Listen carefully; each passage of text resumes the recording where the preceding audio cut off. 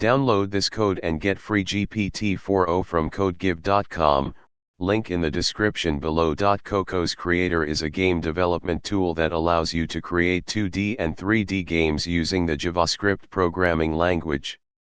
The return statement in JavaScript is used to specify the value that a function should return when it is called. In this tutorial, we will cover how to use the return statement in Cocos Creator with code examples. ####. Using the return statement in Cocos Creator. 1. Basic syntax. The basic syntax of the return statement is as follows. 2. Example. Here is an example of a simple function in Cocos Creator that calculates the sum of two numbers and returns the result. 3. Returning objects. You can also use the return statement to return objects from a function.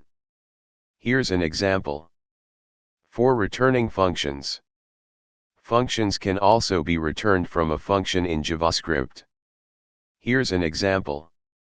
####. Conclusion. In this tutorial, we have covered the basics of using the return statement in Cocos Creator. The return statement is an essential part of JavaScript functions, allowing you to specify the value that a function should return.